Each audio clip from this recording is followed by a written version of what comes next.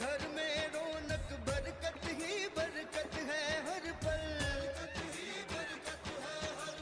کر لے اپنی بخشش کا اس ماہ میں کچھ سامان۔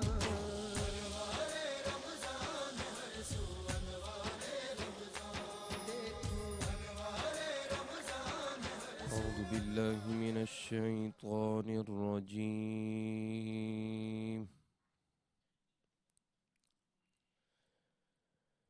بسم الله الرحمن الرحيم.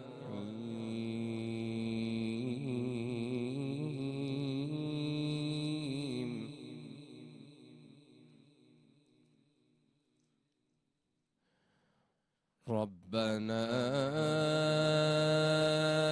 إنك تعلم ما نخفي وما نعلن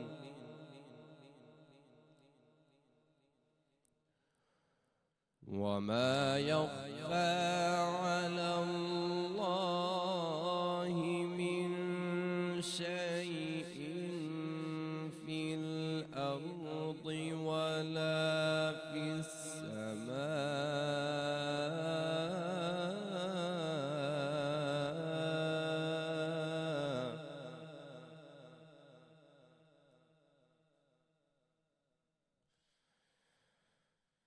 الحمد لله الذي وهب لي على الكبر إسماعيل وإسحاق.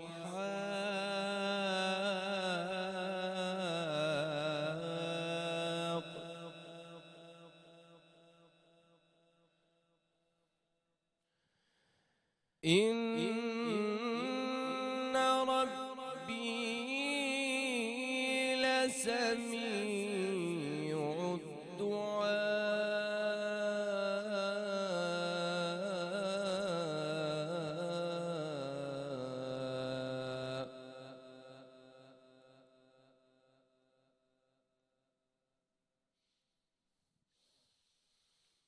رب اجعلني مقيم الصلاة ومن ذريتي ربنا وتقبل دعاء.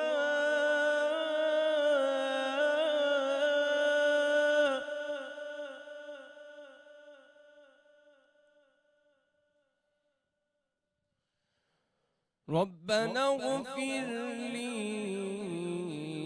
ولوالدي وللمؤمنين يوم يقوم الحساب. صدق الله العظيم. احمدہ ونصلی وسلم علی رسولہ الکریم. اما بعد فاعوذ باللہ من الشیطان الرجیم. بسم اللہ الرحمن الرحیم. بلغ العلا بکمالہ کشف الدجی بجمالہ حسنت جمیع خصالہ صلو علیہ وآلہ. ناظرین کرام، تمام ہی دیکھنے والے ناظرین کرام کو رمضان المبارک کا مہینہ بہت بہت مبارک ہو.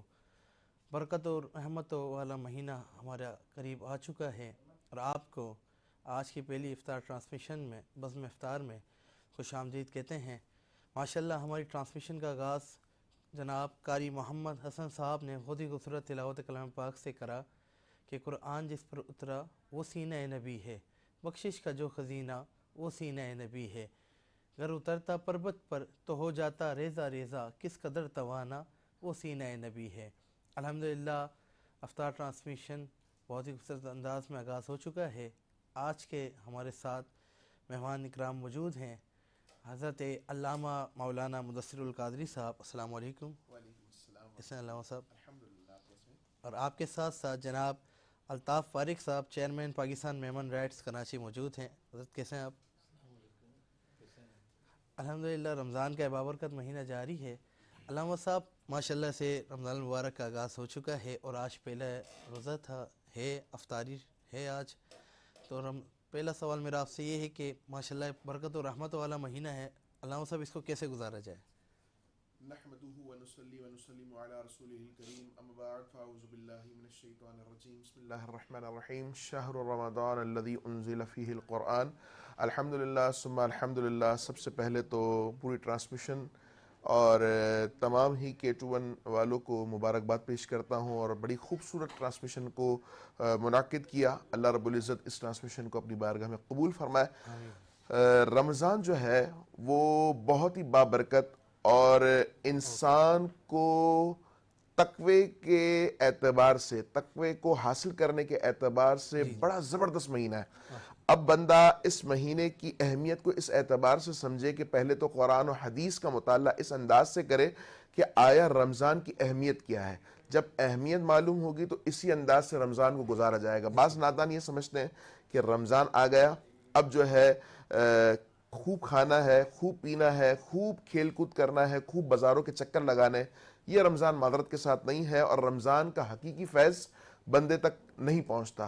رمضان کو اس انداز سے گزارنا چاہیے کہ خوب تلاوت قرآن ہو، کہ یہ وہ مہینہ ہے جس میں قرآن نازل ہوا، یہ وہ مہینہ ہے جس کے لیے نبی پاک صلی اللہ علیہ وآلہ وسلم نے بہت ساری ترغیبات ارشاد فرمائی. یہ وہ مہینہ ہے کہ نبی پاک علیہ السلام کا اور صحابہ کرام کا اور اولیاء تک کا اور صالحین کا پچھلی امت میں بھی اور آج تک یہ طریقہ کار رہا ہے کہ وہ رمضان کے مہینے کو پا کر کے رمضان کو بڑے احسن انداز سے گزارے.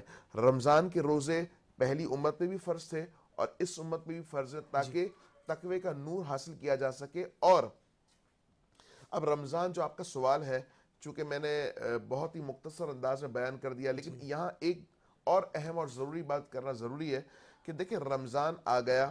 اب رمضان کی اہمیت بھی آپ نے سمجھ لی اور آج کی ٹرانسمیشن میں آپ نے اس بات کو بھی سمجھ لیا کہ رمضان کو بڑے احسن انداز سے گزارنا ہے. اب سوال یہ پیدا ہوتا ہے کہ ہم روٹین کو کس طرح رکھیں. تو سب سے پہلے اس بات کو اپنے ذہن نشین رکھ لیں کہ جو میں نے پہلے ذکر کیا کہ زیادہ کھانا، دیکھیں اگر افطار میں اور سحری میں ہم ڈٹ کے کھائیں گے تو اس سے ہوگا معدہ خراب، اور جب معدہ خراب ہوگا اور آپ کی طبیعت ناساز ہوگی تو آپ کا عبادت میں دل نہیں لگے گا اور بار بار آپ کا وضو ڈسٹرب ہوگا. بے شمار چیزیں جو ہے نا، جب جسم ڈسٹرب ہوتا ہے نا تو بندہ عبادت میں رغبت نہیں کر سکتا. جب رغبت نہیں کر سکتا تو اس کا رمضان جس انداز سے گزارنا ہے اس میں وہ کامیاب نہیں ہو سکتا. اب جواب یہ ہے کہ بڑا ہی اچھے انداز سے متوازن کھائے اور ایسا کھائے کہ بندے کا پیٹ ڈسٹرب نہ ہو. پھر ساتھ ہی تلاوت قرآن کثرت سے کرے. صرف قرآن نہ پڑھے بلکہ قرآن کو ترجمہ و تفسیر کے ساتھ سمجھ کر پڑھے اور اپنی زندگی میں اسے اپلائی کرے. اگر اس نے اس بات پر عمل کر لیا تو یقیناً اس نے رمضان کے روزوں کا اور رمضان کے مہینے کا حقیقی فیض اور حقیقی مقصد حاصل کر لیا. سبحان اللہ. اچھا علامہ صاحب میرا آپ سے ایک اور سوال ہے کہ ماشاءاللہ رمضان کا پہلا روزہ ہے اور پہلا عشرہ ہے، تو پہلے عشرے کی کیا افادیت ہے، کیا برکتیں ہیں، اس کے بارے میں آپ بتائیں. دیکھیں یہ پہلا عشرہ جو ہے ویسے تو پورا رمضان ہی برکت سے خالی نہیں ہے. بے شک بے شک. اچھا حضور جان کائنات صلی اللہ علیہ وآلہ وسلم کا ارشاد مبارک ہے کہ اس کا ایک ایک لمحہ رحمتوں والا ہے. پھر اس مہینے میں ہوتا کیا ہے، دیکھیں کاروباری حضرات جو ہے نا اگر ہمیں سن رہے ہوں تو وہ جانتے ہیں کہ سیزن جو ہے نا، سیزن پہ بڑا فوکس ہوتا ہے، اور جو کاروباری بندہ ہو یا کوئی بھی بندہ اگر اپنے سیزن میں ورک اچھے انداز سے نہ کرے تو اسے نادان کہا جاتا ہے. اور یہ وہ سیزن ہے جس میں رحمتیں، برکتیں اور اعمال صالحہ کے کرنے والے پر اللہ تعالیٰ کی نظر رحمت ہوتی ہے. ٹھیک ہے. اب اس مہینے میں نفل کا ثواب فرضوں کے برابر اور فرضوں کا ثواب 70 گنا بڑھا دیا جاتا ہے. یعنی رمضان کے علاوہ آپ کسی مہینے میں اس فضیلت کو نہیں پا سکتے. تو گویا کہ یہ نیکیوں والا نیکی کمانے والا سیزن ہے. اب بندہ اس میں سستی کرے یا بندہ اس میں اپنے بے شمار یوں سمجھ لیجئے کہ بہانے کرے کہ بھائی میں نے کرکٹ بھی کھیلنا ہے تو پھر میں نے جو ہے نا خوب ڈٹ کے بھی کھانا ہے اور اصل مقصد سے پھر جائے تو پھر اس نے رمضان کے فیض کو نہیں پایا. اور یہاں مجھے ایک روایت بھی یاد آتی ہے کہ نبی پاک صلی اللہ علیہ وآلہ وسلم کی بارگاہ میں جبریل امین آئے اور اللہ کی بارگاہ میں عرض کرنے لگے، 3 دعائیں مانگی. اس میں سے ایک دعا یہ کہ یا اللہ جو رمضان کا مہینہ پائے اور اپنی بخشش نہ کروا سکے تو وہ اس کی ناک خاک آلود ہو، وہ ہلاک ہو جائے. اللہ اور نبی پاک جو رحمت للعالمین ہیں، اپنی امت سے بے پناہ محبت کرتے ہیں، اس بات کی افادیت کو بندہ سمجھے کہ حضور جان کائنات اس دعا پر آمین ارشاد فرما رہے ہیں. سبحان تو اللہ. اس کا مطلب یہ ہوا کہ یہ مہینہ بہت زیادہ اپنے آپ کو نیکی کی طرف رغبت کرنے کا اور گناہوں سے پرہیز کرنے والا مہینہ ہے. رحمت بھی ہے، جہنم سے آزادی بھی ہے. تو یہ مہینہ جو ہے، اس مہینے کو بڑے احسن انداز سے گزارے بندہ اور اپنے وقت کا قدردان بنے. وقت دیکھیں، رمضان ہر سال آتا ہے، یہ ہر مہینے نہیں آتا. صحیح. اور اس بات کی بھی ہمارے پاس کوئی گارنٹی نہیں ہے کہ آیا کہ آئندہ رمضان ہماری زندگی ہوگی یا نہیں. تو کوشش کرے کہ رمضان کو بڑے ہی اچھے انداز سے گزاریں. سبحان اللہ. علامہ صاحب کی گفتگو ہمارے ساتھ جاری و ساری ہے. ہمارے ساتھ ایک اور مہمان جناب الطاف فارق صاحب موجود ہیں، جو کہ chairman Pakistan Memon rights registered Karachi ہیں، سماجی کارکن، میڈیا پرسن، یوٹیوبر اور ادیب ہیں. الطاف بھائی کیسے ہیں آپ؟ الحمدللہ. جیسے کہ آج پہلا روزہ ہے، آپ جو ماشاءاللہ میں دیکھتا رہتا ہوں آپ کی سوشل میڈیا ایکٹیویٹیز، تو آپ یہ سوشل کام کیسے کرتے ہیں؟ الحمدللہ سب سے پہلے تو ایک اپنے ابتدائی دور میں تو میں ایک نعت خواں رہ چکا ہوں. سبحان اللہ. اور رائٹر، صحافی، ادیب سب کچھ میں کر چکا ہوں. لیکن اس کے ساتھ ساتھ جیسے وقت ڈھلتا گیا تو اب ہمیں سوشل ایکٹیویٹیز کرنی پڑی. اور میرا تعلق بھی میمن برادری سے ہے، اور میمن برادری میں لگ بھگ اللہ کا فضل و کرم ایسا ہے کہ ہر کوئی سماجی رہنما ہے. سبحان ٹھیک ہے نا، ہر کوئی سوشل ورکنگ کرتا ہے. کیونکہ ہمیں نہیں دیکھا جاتا ہے لوگ بلک رہے ہوں، ترس رہے ہوں، پریشان ہو اور ہم اس کی داد رسی نہ کریں. لوگ اصل میں ہر لحاظ سے پریشانی میں مبتلا ہے. تو اللہ تعالیٰ جس سے کام لیتا ہے تو اس سے کام لیتا ہے. آج کل آپ جگہ جگہ پہ دیکھ لیں کہ ہر آدمی اس وقت ڈسٹرب ہے، پریشان ہے. اور یوں تو ہم تو رونا تو روتے ہیں کہ بھئی مہنگائی ہے، مہنگائی ہے، مہنگائی ہے. یہ ہر دور میں ایک رونا رویا جاتا ہے. ہم جب ہماری آمدنی کم تھی، کمائیاں کم تھی، جب بھی ہمارے بزرگ تھے وہ بھی ایک ہوتا تھا کہ بھئی مہنگائی ہے. حالانکہ مہنگائی کیا ہے؟ مہنگائی ہم نے اپنی ضروریات ناجائز طور پہ بڑھا دی ہے نا. جو ہماری جو ضروریات ہے اس پہ ہم اکتفا نہیں کرتے کہ جو ہماری جو آمدنی ہے اس پہ ہم چلے نا. اور دوسری بات یہ کہ یہاں پہ کوئی روزگار کی فراہمی کا کوئی کام نہیں کیا جا رہا. اگر عام ممالک میں آپ دیکھ لیں، باہر ملک سے جو بھی یہاں پہ لوگ آتے ہیں، ٹریولنگ کرنے کے لیے آتے ہیں، وہ بولتے ہیں ہم ایئرپورٹ سے اترتے ہیں تو ہر جگہ پہ یہ جو دسترخوان لگے ہوئے ہوتے ہیں، یہ فری کھا لو، یہ فری کھا لو، یہ فری کھا لو، اس طریقے کھا لو، یہ دسترخوان ہے. اچھا دوسری بات یہ کہ ہر جگہ پہ معذرت کے ساتھ یہ صدقہ صدقہ صدقہ صدقہ صدقہ، یہ کیا ہے؟ یہ صدقہ صدقہ کیا ہے؟ اچھا صدقہ کہیں پہ آپ نے یہ لکھا ہوا دیکھا ہے کہ آ جائیں یہاں امپلائمنٹ بیورو ہے، ہم لوگوں کو روزگار کی فراہمی کرتے ہیں، آئیں اس طریقے سے ہم آپ کو ٹیکنیکل کام سکھائیں گے، آپ یہاں پہ سمجھے برسر روزگار ہو جائیں گے، آپ کو ہنر سیکھنے کو ملے گا. تو یہ جو ون سائڈ پورا ایک کام کیا جاتا ہے جو میری نظر میں نا مناسب ہے. ٹھیک ہے نا، آپ روزگار کی فراہمی کے لیے کام کریں، امپلائمنٹ کا کام کریں، لوگوں کو ہنر سکھائیں. تو اب اسی پہ سوال ہے کہ ماشاءاللہ آپ جیسے سوشل کام کر رہے ہیں، تو آپ یہ بے روزگاری اور غربت کے خاتمہ کس طریقے سے کر سکتے ہیں؟ بے روزگاری اور غربت کا خاتمہ یہی ہو سکتا ہے نا کہ آپ کسی کو ہنر سکھاؤ. وہ کہتے ہیں نا مچھلی کھلانے سے بہتر ہے مچھلی پکڑنا سکھاؤ. ایسے ہی ہے. آپ بڑے بڑے سمجھے کہ آپ بڑے بڑے آپ کیمپ لگا لیتے ہو، آ جائیں یہاں پہ کھانا کھا لیں، یہ لائٹیں لگا لیں، یہ شور شرابہ کرتے ہیں. تو اس طریقے سے تو آپ جو خودداری کرتے ہوئے جو کام کرنے والے جو لوگ ہوتے ہیں، روزگار کماتے ہیں، اس کو تو آپ اس طرف راغب کر رہے ہیں. آ جاؤ یار یہاں پہ کھا لو. آپ یہ کریں آ جائیں اس طریقے سے یہاں پہ کام کریں، اس طریقے سے آپ محنت کریں. دیگر ممالک میں آپ دیکھیں مختلف ہنر سکھائے جاتے ہیں، کوئی کام سکھایا جاتا ہے، کوئی روزگار سکھایا جاتا ہے. آج کل کیا کام اگر دیکھا جائے لوگ بولتے ہیں کہ بے روزگاری کام نہیں ہے، حالانکہ دیکھا جائے تو کام ہے، کام کرنے والے لوگ نہیں ہیں نا بھائی. کیوں کہ آج کل انٹرنیٹ کا دور آ گیا. انٹرنیٹ کے دور کے ذریعے ہماری بہت سی مائیں بہنیں جو پہلے گھروں میں آٹا گوندتی تھی، کام کرتی تھی نا، آج کل یہی مائیں بہنیں آن لائن مارکیٹنگ کر رہی ہے نا، آن لائن مارکیٹنگ کرتی ہے. اور دوسرا یہ کہ جیسے ایک عام طور پہ لوگ کہا جاتا ہے کہ یار یہ یوٹیوبر ہیں، یہ کیا ہے، ایک بلا ہے، سب کچھ کیا ہے، لوگ منفی کام کر رہے ہیں. ایسا ہرگز نہیں ہے. آپ دیکھ لیں کہ ایک کوئی یوٹیوبر ہے وہ بھی پیسہ کما سکتا ایسے ہی ہے. ہے. وہ کس طریقے سے پیسہ کماتا ہے؟ ایک خاتون خانہ ہوتی ہے جو کہ منہ پہ نقاب ڈال کے پورا ماسک لگا کے ہر طریقے سے وہ جاتی ہے, کسی مارکیٹ کی یوٹیوبنگ کرتی ہے کہ بھئی یہاں پہ یہ فلاں مارکیٹ پہ یہ کپڑا مل رہا ہے, فلاں جگہ پہ یہ پرانے فرنیچر مل رہے ہیں, اس کو جا کے اپلوڈ کرتی ہے یوٹیوب پہ, وہاں سے مانیٹر چینل ہو جاتا ہے فوراً اور وہاں سے پیسے آنے شروع ہو جاتے ہیں. ایسا کون سا ایسا کام ہے جس کی خودداری بھی متاثر نہ ہو, جس سے کوئی اس کی پردے داری بھی متاثر نہ ہو؟ ایسا کوئی بھی کام نہیں ہے. کام یہ کرنے سب والا جو ہونا کام ہو چاہیے. سکتا ہے, کام کی نوعیت چینج ہو گئی ہے, کام چینج ہو گیا ہے. اور دوسرا یہ کہ ہماری جو مائیں بہنوں سے بھی ہم کام لے سکتے ہیں. کوئی کہیں پہ یہ نہیں لکھا ہوا ہے نا بھائی, ہم ان سے بھی کام لے سکتے ہیں, لیکن اپنی چادر اور چار دیواری کے تحفظ کے ساتھ, پردے داری کے ساتھ وہ کام کرے گی تو بہت ہی ویل اینڈ گڈ ہے.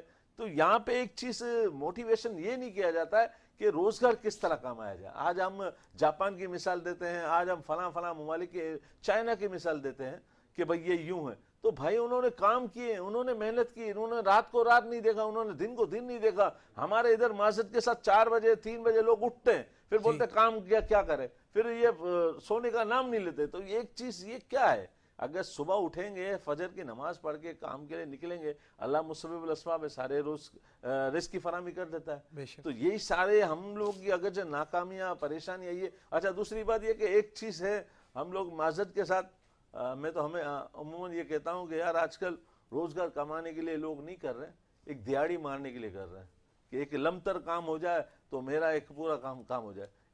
ایک روزگار کمانے کے لیے بندہ تھوڑا پروفٹ کرتا پورے رات اگر ہوتی ہے تو اس کے پاس اچھا ہوتا ہے, وہ 50 آدمی کو ڈیل کر لیتا ہے اور مزدوری کرتا ہے. یہاں بولتے ہیں 1-2 گراہک مل جائے, ایسی پوری لمتر دیہڑی بن جائے, میرا پورا گزارا ہو جائے. تو تھوڑا سا ہم اپنے روٹین کو چینج کرنا پڑے گا, کام کو چینج کرنا پڑے گی, تو اس سے انشاءاللہ جو یہ غربت اور بے روزگاری ہے, بس کام کرنے والا ہونا چاہیے. کام کرنے والا چاہیے نا. یہاں پہ کام نہیں ہے, آپ کوئی چھوٹے موٹے کام کرنے کے لیے نکلے, مزدور آپ کو ملیں گے نہیں, کیونکہ اس نے کل اچھی دیہڑی بنا لی, تو جب تک یہ ختم نہیں ہوگا آج نہیں کرے گا. صحیح. آپ یہی آپ مثال دیکھو, ہم بولتے ہیں نا کراچی میں غیر مقامی لوگ یوں کر رہے ہیں, تو ارے یار بھائی غیر مقامی یہ لوگ کام کر رہے ہیں نا بھائی, یہ صبح اٹھ جاتے ہیں اور رات کو جلدی سو جاتے ہیں. ہم لوگ کیا کر رہے ہیں, ہم لوگ اٹھتے نہیں ہیں. آپ دیکھیں کسی بھی ہماری جو ہوتے ہیں, ہماری دوسری قوم ہوتی ہے, کوئی ہوٹلیں کھول کے بیٹھ جاتے ہیں صبح سویرے, ہم لوگ سوئے ہوتے ہیں. اچھا الطاف بھائی, آپ سے ایک اور سوال ہے کہ ماشاءاللہ رمضان المبارک میں بھی آپ کے کام جاری و ساری رہتے ہیں, میں دیکھتا بھی رہتا ہوں. تو رمضان المبارک میں آپ کی کیا ایکٹیویٹیز ہوتی ہیں؟ الحمدللہ رمضان المبارک میں ہماری ایکٹیویٹی ہوتی ہے کہ راشن تو ہوتا ہی ہے جی, اس کے علاوہ ہم لوگ یہ 12 مہینے کا کچھ کام ہوتا ہے صحیح, کہ عزت نفس مجروح نہ ہو, خاموشی سے کام ہو جائے. ٹھیک ہے نا. کسی کی کوئی بیٹیوں کی شادی کے معاملات ہوتے ہیں, کوئی کسی بیماری کے معاملات ہوتے ہیں, کسی بھی کوئی ٹریٹمنٹ کا ہوتا ہے, تو الحمدللہ سے کہیں سے بھی ہم فون کرا کے ڈسکاؤنٹ کرا دیتے ہیں. اگر اس سے پوچھتے ہیں کہ اس کے کوئی زکوٰۃ کے معاملات ہیں تو وہ ہوتا ہے. ایک ہمارا ایک سیٹ اپ چلتا ہے کہ آپ دیکھیں گے گل پلازا کے بیک سائڈ پہ امانت دار ویلفیئر کی جانب سے 10 روپے کا کھانا, 150 روپے کا کھانا 10 روپے فراہم کیا جاتا ہے. یہ سمجھے گا ٹوٹلی لاس ہی لاس ہے. صحیح, کیونکہ لاس یہ اس کا ایک لاک ڈاؤن کورونا میں یہ کام شروع کیا گیا تھا, آج الحمدللہ سال سے چل رہا ہے. ایک ہی پارٹی کر رہی, کوئی کسی سے پائے پیسہ چندہ نہیں لیا جاتا, وہ ہو رہا ہے, اللہ چلا رہا ہے, وہ کام ہو رہا ہے. لیکن اسی طریقے سے میں تو ایک ہی بات کا ہمیشہ قائل ہوں کہ آپ لوگوں کو سستی چیزوں کی فراہمی کریں, سستی چیزوں کی فراہمی کریں. تو یہ سمجھے معاشرے میں جتنا بھی جو چل رہا ہے کہ جو لوگ بولتے ہیں کہ فری میں مل جائے زکوٰۃ خیرات فطرہ, اچھا زکوٰۃ کو لوگ بولتے وہ سمجھتے کہ یار بہت وہ ہے, کھانا چاہیے, ایسا نہیں ہے. زکوٰۃ ہمارے جتنے ہمارے بزرگ تھے, ہمارے آبا و اجداد تھے, وہ بولے کہ زکوٰۃ کا لقمہ کوشش کریں پیٹ میں نہ جائے. کیوں کہ اس سے جو انسان کے جو جسم کے خد و خال ہیں وہ کمزور ہو جاتی ہے. لیکن زکوٰۃ کے جس کا حقدار ہے اس کو دیا جائے. اگر ہم حقدار نہیں ہیں اس کی تو حق تلفی کر رہے ہیں نا. جی, تو یہ ساری چیزیں. اور دوسرا یہ کہ ہمیشہ سستے چیزوں کی فراہمی کی جائے. آپ کھانا در پہ چلے جائیں, وہاں مستقل نوعیت کی کوئی نہ کوئی کام ہوتا ہے. دنیا میں کراچی میں گوشت بک رہا ہوتا ہے 1200 روپے کلو, وہ 600 روپے کلو دیتے ہیں. بھائی کیوں دیتے بھائی, کوئی غیر معیاری دیتے نہیں. ایسی پارٹیاں ہمارے مخیر حضرات ہیں, وہ بولا اتنا لاس ہے, 200 آدمی کا ہے, 500 آدمی کا, یہ چیزیں بیچو, یہ کرو. آٹا اس وقت پورے کراچی میں 800-900 روپے کا چل رہا ہے 5 کلو چکی کا.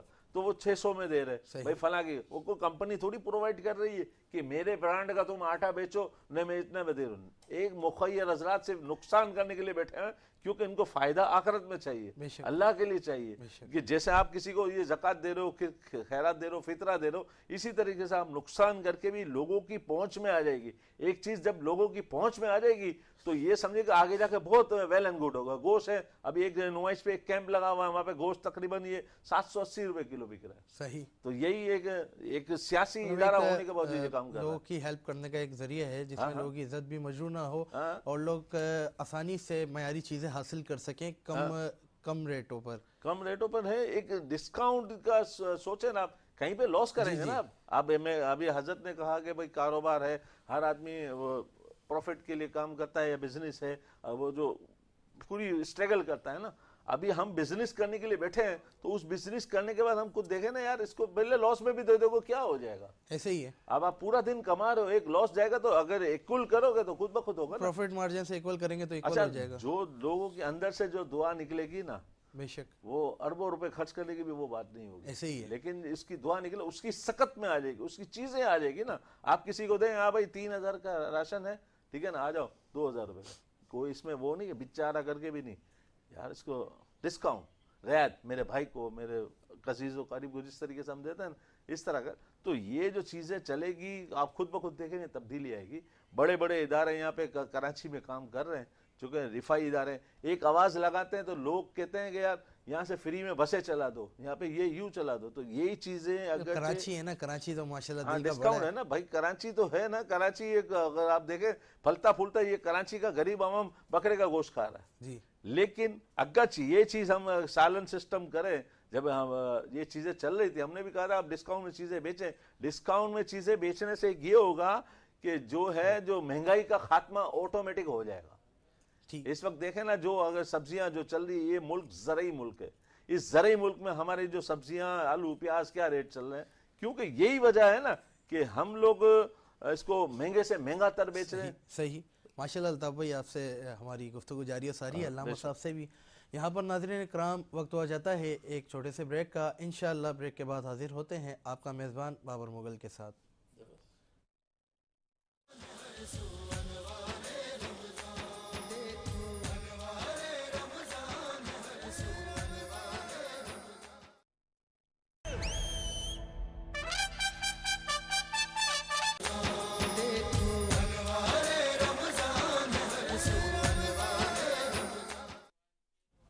ناظرین اکرام ایک مرتبہ پھر آپ کو اپنی ٹرانسمیشن میں خوش آمدید کہتے ہیں.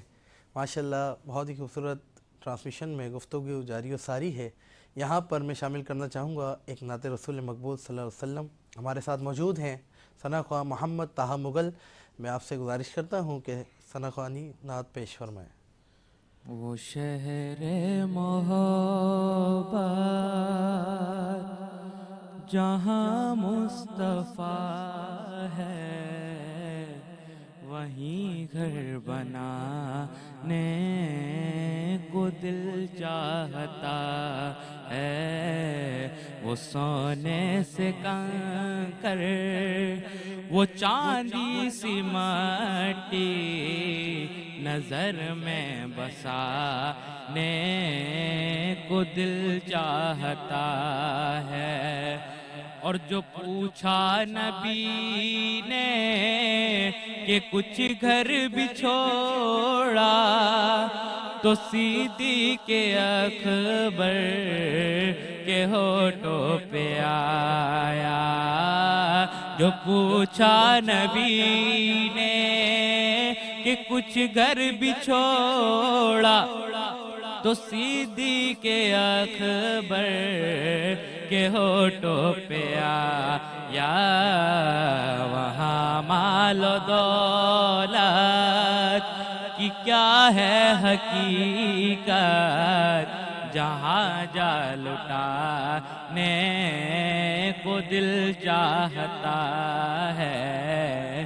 وہ سونے سے کنکر, وہ چاندی سی مٹی نظر میں بسانے کو دل چاہتا ہے. اور جہاد محبت کی آواز گونجی، کہاں حنظلہ نے یہ دلہن سے اپنی اجازت اگر دو تو جام شہادت، اجازت اگر دو تو جام شہادت لبوں سے لگانے کو دل چاہتا ہے، وہ شہر محبت جہاں مصطفیٰ ہے،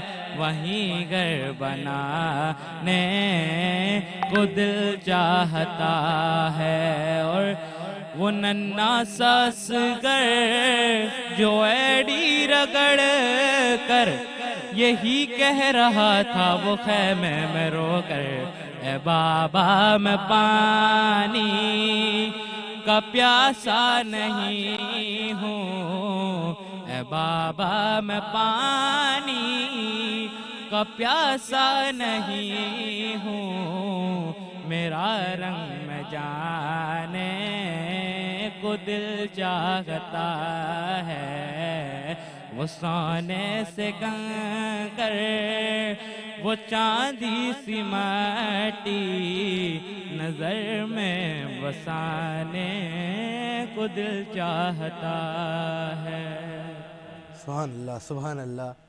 بہت ہی خوبصورت انداز میں طہ مغل اپنی عقیدت حضور سرور کونین محمد مصطفیٰ صلی اللہ تعالی علیہ وآلہ وسلم کی بارگاہ اقدس میں پیش فرما رہے تھے۔ آج یکم رمضان المبارک ہے، آج سرکار غوث اعظم کی ولادت کا دن بھی ہے، اور آج نعتیہ شاعر جناب ادیب رائے پوری صاحب کے وصال کا دن بھی ہے۔ اس پر بھی ہم انشاءاللہ گفتگو کریں گے علامہ صاحب سے اور جناب الطاف فارغ صاحب سے۔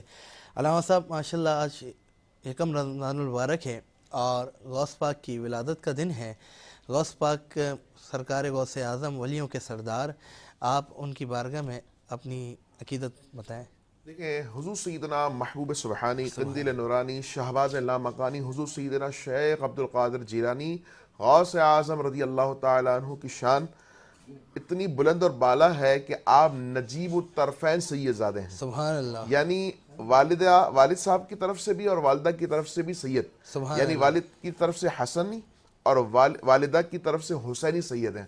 اور آپ کی شان رضی اللہ تعالیٰ عنہ، آپ کے والد گرامی بھی اللہ کے ولی، آپ کی والدہ محترمہ بھی اللہ کی نیک اور متقی اور پرہیزگار بندی۔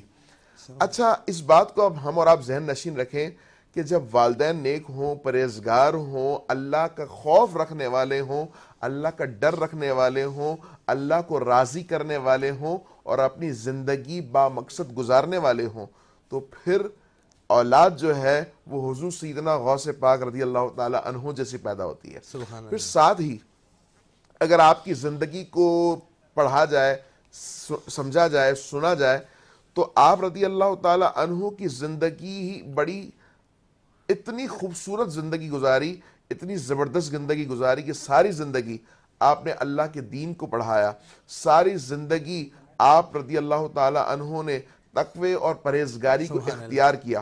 اچھا، نجیب الطرفین سید ہیں، بائے برت ولی ہیں، اس کے باوجود بھی علم دین حاصل کیا اور ساری محنت سے اور ساری علم دین کی معاملات میں جو رکاوٹیں ہیں اس کو برداشت کرتے ہوئے استقامت اور استقامت کے پہاڑ بنتے ہوئے آپ نے تمام علوم کو حاصل کیا اور رب تعالیٰ کو راضی کرنے میں اپنی زندگی بسر کی۔ ہمارے لیے یہ پیغام ضروری ہے کہ ہم حضور سیدنا غوث پاک رضی اللہ تعالیٰ عنہ کی زندگی کو پڑھیں اور آپ کی زندگی کے مطابق اپنی زندگی کو گزار کر اپنے رب عز و جل کو راضی کریں۔ سبحان اللہ سبحان اللہ، غوث پاک کی کیا شان ہے۔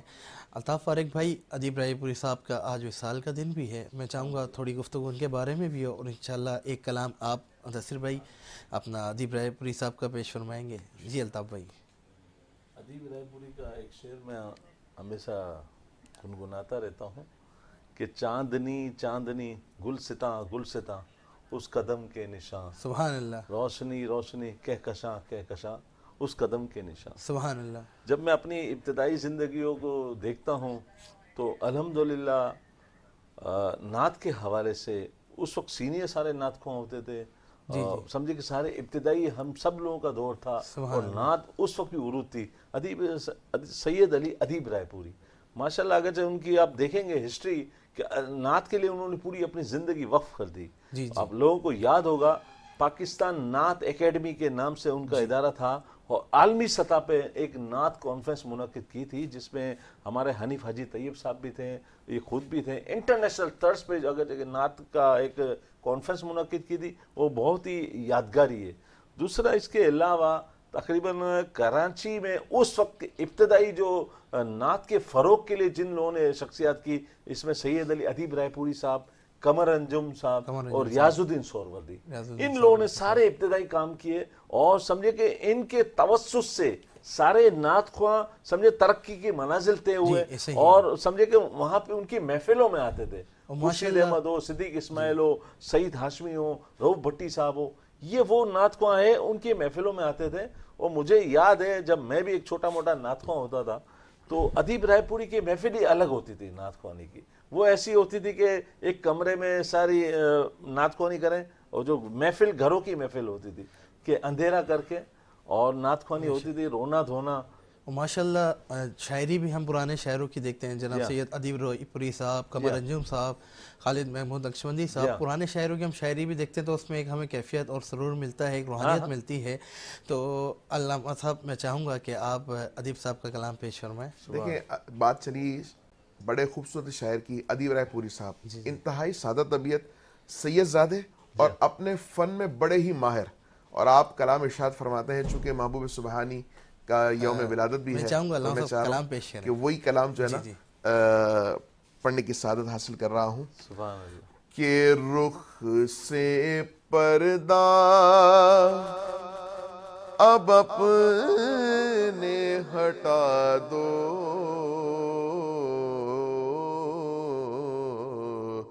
جالیوں پر نگاہ جمی ہے، اپنا جلوہ اسی شب دکھا دو، جالیوں پر نگاہ جمی ہے.